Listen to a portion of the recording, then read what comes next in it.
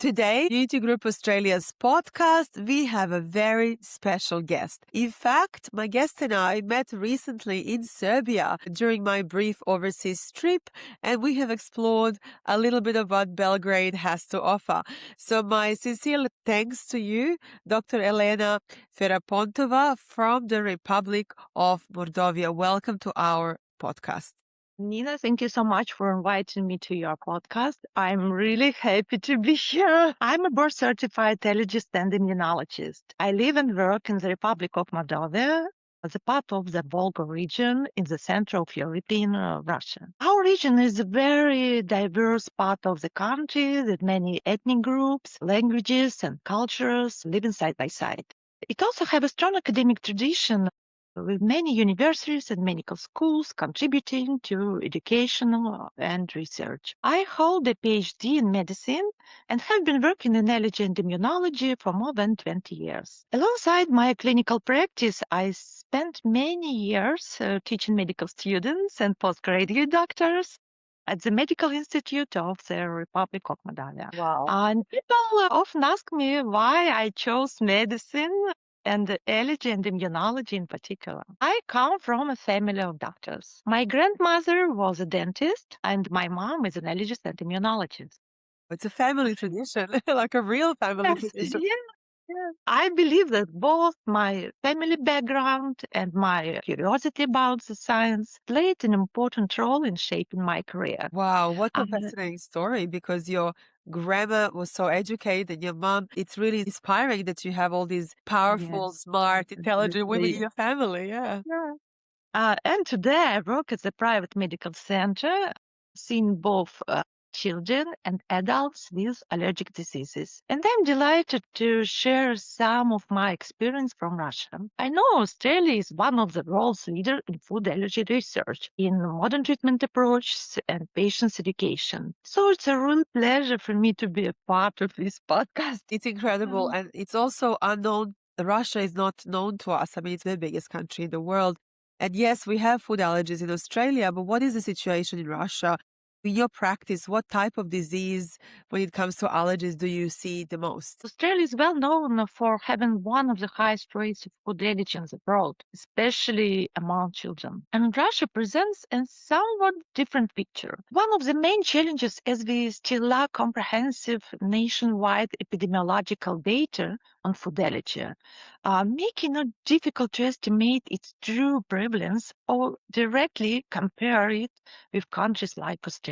Primary food allergies certainly exist in Russia, and particularly in young children, with cow's milk, hen sack, and wheat being the most common triggers. However, compared with Australia, peanut allergy appears to be diagnosed less frequently than Russia, although awareness and diagnosis have improved over the last decade. And there are a lot of discussion in Russia about oral allergy syndrome associated with pollen. This is because pollen allergy, particularly birch pollen allergy, is very common in our population. In my clinical practice, the most common allergic diseases are allergic rhinitis, hives, asthma, and atopic dermatitis. A lot of Australians pretty much live on antihistamines. We have antihistamines in every car and every drawer. It's a big problem here as well. And medicine has evolved very differently in Eastern Europe, in Russia in particular, than in Australia. Australia follows Anglo-Saxon traditions in medicine. But what do you think Australia can learn from Russia in this space? Yes, actually, I think they have much more in common than many people realize. Today, medicine is very international. Doctors in Russia read the same research, attend the international conferences, and follow the same scientific developments as our colleagues in Australia, Europe, or North America. New evidence and international recommendations are systematically incorporated in Russian clinical guidelines. So our patients receive care based on the same scientific knowledge used around the world. And of course, every country has its own strengths. In Russia, for example, all citizens can receive medical care, including at no cost, through the mandatory health insurance program. In most regions, the waiting time for a free appointment with an allergist is usually no more than 1 or 2 weeks. Wow, we have 5 or 6 months Yes, for yes, I private. know. You told me, yes. Of course, it depends on the region, of course. As for GPs, it's usually within a week or even on the same day. If patients prefer to see a specialist in a private clinic, they can often get an appointment on the same day. Amazing. That's incredible. Yes. And another difference is that in Russia, patients can directly access many labs through private laboratories without first obtaining to a doctor's referral. While this makes testing very accessible, I always remind my patients that allergy tests should always be interpreted by an allergist in the context of the medical history and symptoms.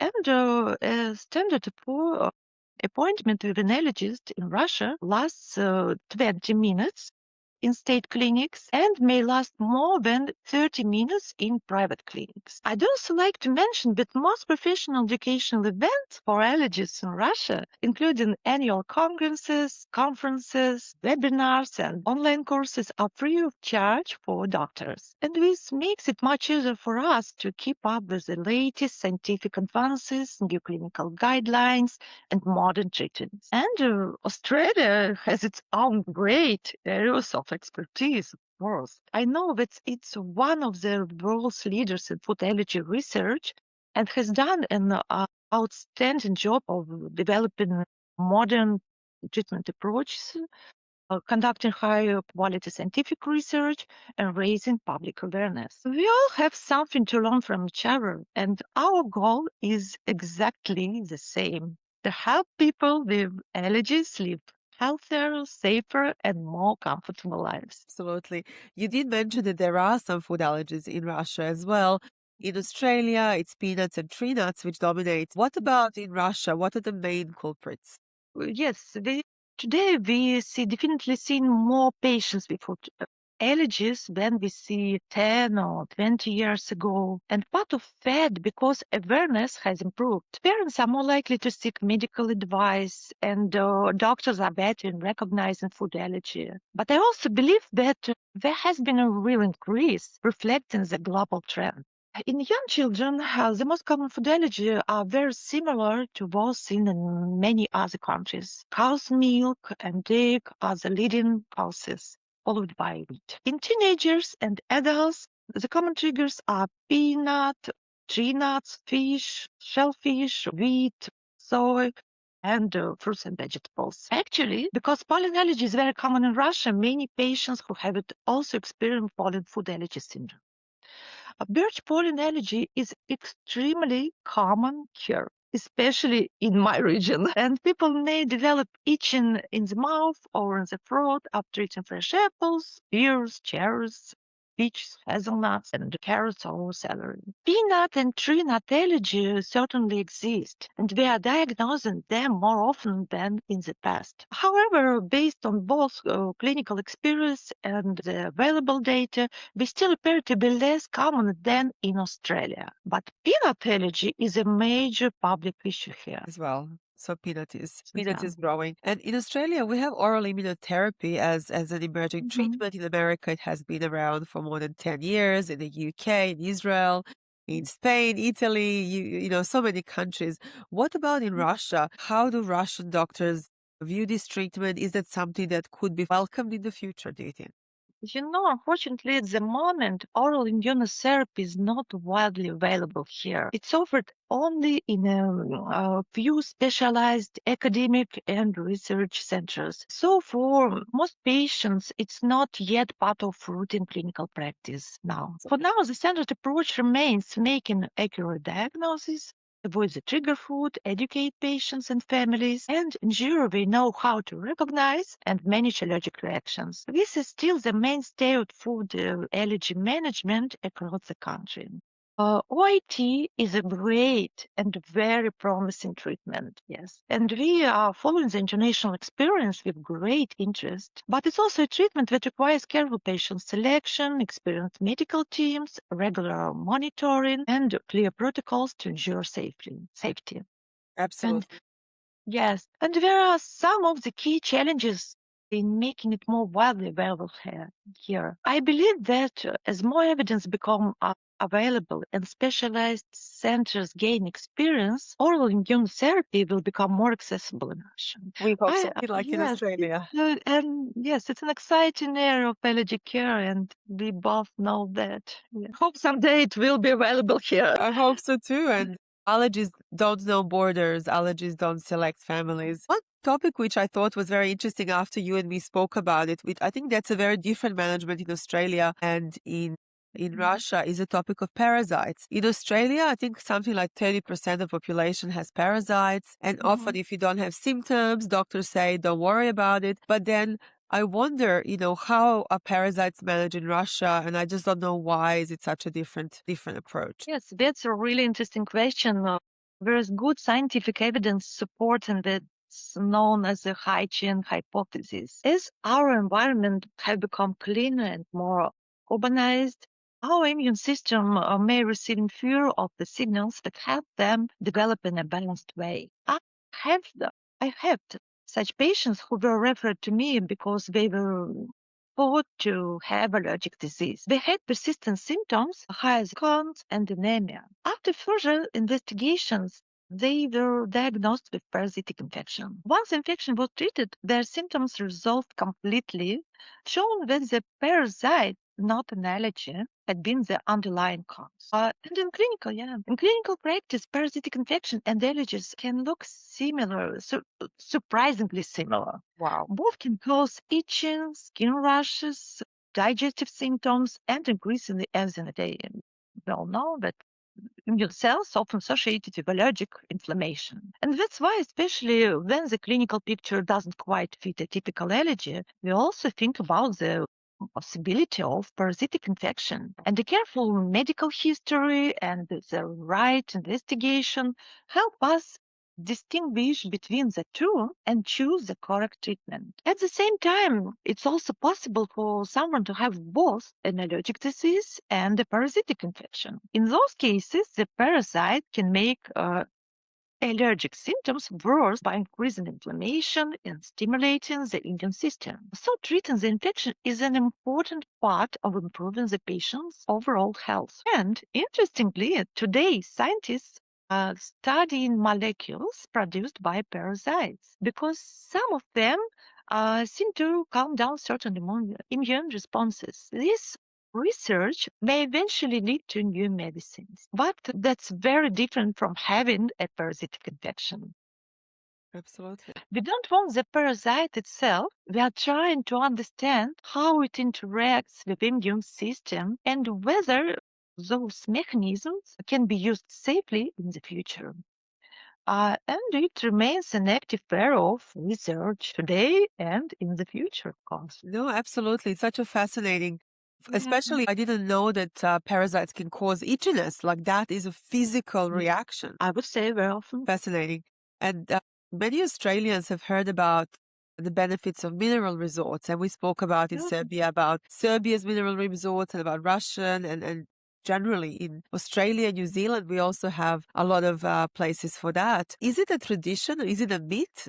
What is behind mineral resorts and their benefits for health? Yes, I really like this question because I'm a big fan of mineral waters, mineral resource myself. And you know that yes, actually we don't have strong evidence that mineral water can boost the immune system or cure allergic diseases. However, there are some situations there it can be very helpful. For example, in patients with atopic dermatitis, bathing in mineral-rich, particularly alkaline water during periods when the disease is well controlled may help improve skin hydration and reduce irritation. Of course, the bath itself is only the part of good skin care. And after bathing, it's very important to apply an emollient to help restore the skin barrier. I also think they should not underestimate the benefits of the overall spa environment. Many of these help reserves are located in beautiful mountain or forest regions with clean air, opportunities for physical activity, and slower pace of life. And for people living with chronic allergic diseases or reducing stress and improving mental well-being can be incredibly valuable. This topic is also very personal for me because Russia has a long tradition of spa and mineral water therapy, and many people know resorts such as Kislovodsk, Pyatigorsk, Yessentuki, and Belokuriha in Russia, where patients with chronic respiratory and skin conditions can be going for decades as part for their rehabilitation. I recently had the opportunity to visit Prushka Gora in Serbia. Yes, it's well known that Serbia has a wonderful tradition of spa medicine.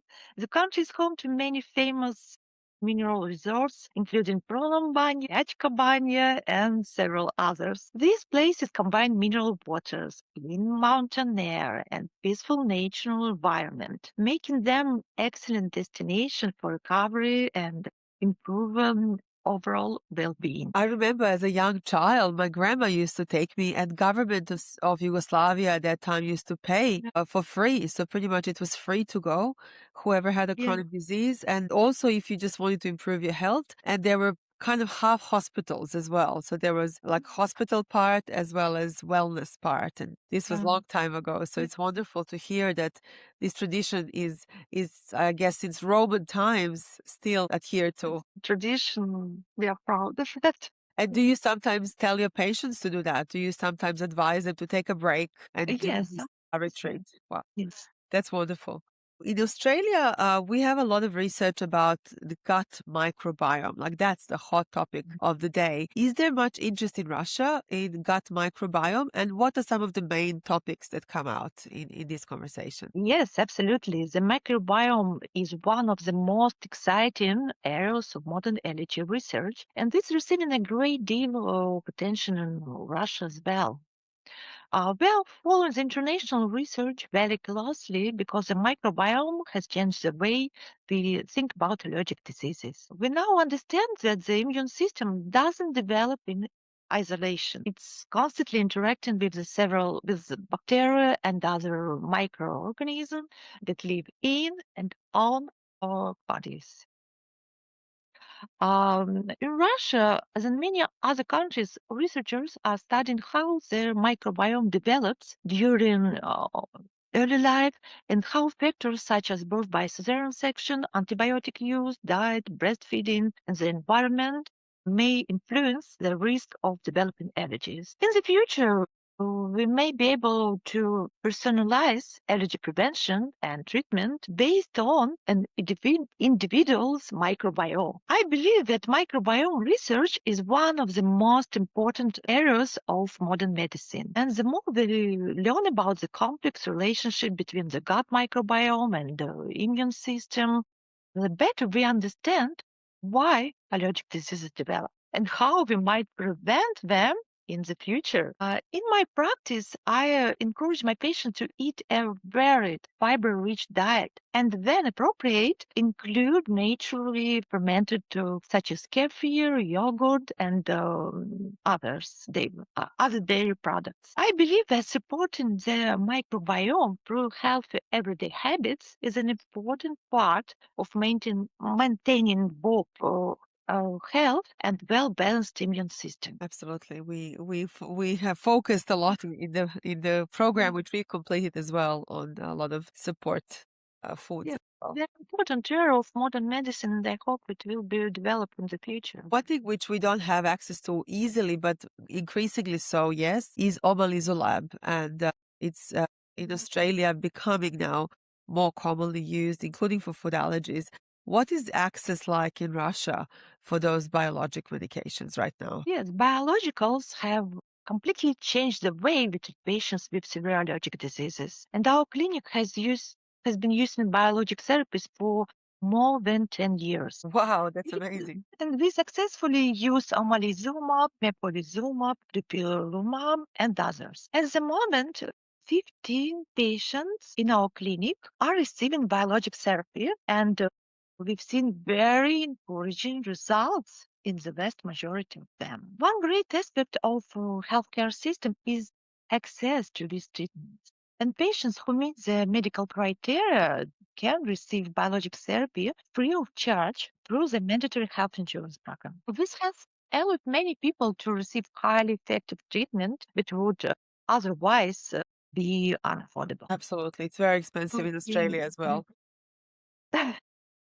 Hundreds of dollars. And in Australia, we have different pollen seasons, and Russia is so big. It stretches from, the Arctic to subtropical regions. Are there different pollen seasons in Russia? I mean, how many? They have so many time zones in Russia. So surely, tundras would have different pollen season from a more southern region. How do people deal with that? Yes, Russia is the largest country in the world, so it's almost impossible to talk about a single Russian allergy season. Yes, the climate, vegetation, and environmental exposures vary enormously from one region to another. In central Russia, including Moscow, birch pollen is the main cause of seasonal allergies. And every spring, we see many patients with hay fever, and some of them also develop reactions to certain fruits and vegetables. In southern Russia, the picture is different. Breath and wheat pollens, especially ragweed, plays a much bigger role, and the allergy season often lasts longer because of the warmer climate.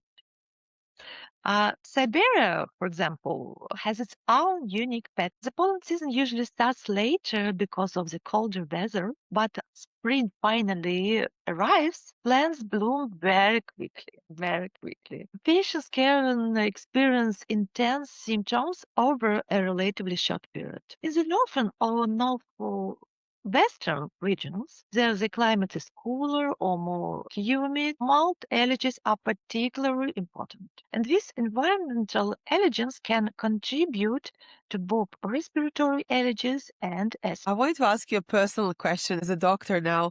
In Australia, there is a lot of us who go to Mr. Google and who go to social media and who go to different groups and get different types of non-medical advice. And then we go to our doctor with a list of questions and a list of things which we Yeah. read about. Does that happen in Russia too? Yes, yes, absolutely. And another important factor is climate change. Like many countries around the world, Russia has experienced longer pollen season and in some years higher pollen levels. As a result, many patients are having symptoms for no longer than they did in the past. That is definitely changing. And do you see different age groups coming with those symptoms for pollen allergies? Or is it everybody, sort of from children to adults and old people, like all the ages are coming? I think they're the same because birch pollen allergy is extremely common here. So we can meet in children and adults as well, but mostly I think in adults. I think that's quite common for a lot of countries, including the UK. I remember recently reading some research recently about how pollen allergy inflames the whole body. And if we could get rid of pollen allergy, a lot of other allergy symptoms would hopefully disappear. Dr. Elena, thank you so much for being with us today. This was a beautiful opportunity to hear how things are in Russia on the other side of the world from Australia. We do have common problems, common symptoms when it comes to allergic diseases, but hopefully the research is very exciting now in the space of gut microbiome, gut skin axis. I just wanted to say thank you once more for being with us today. Thank you so much.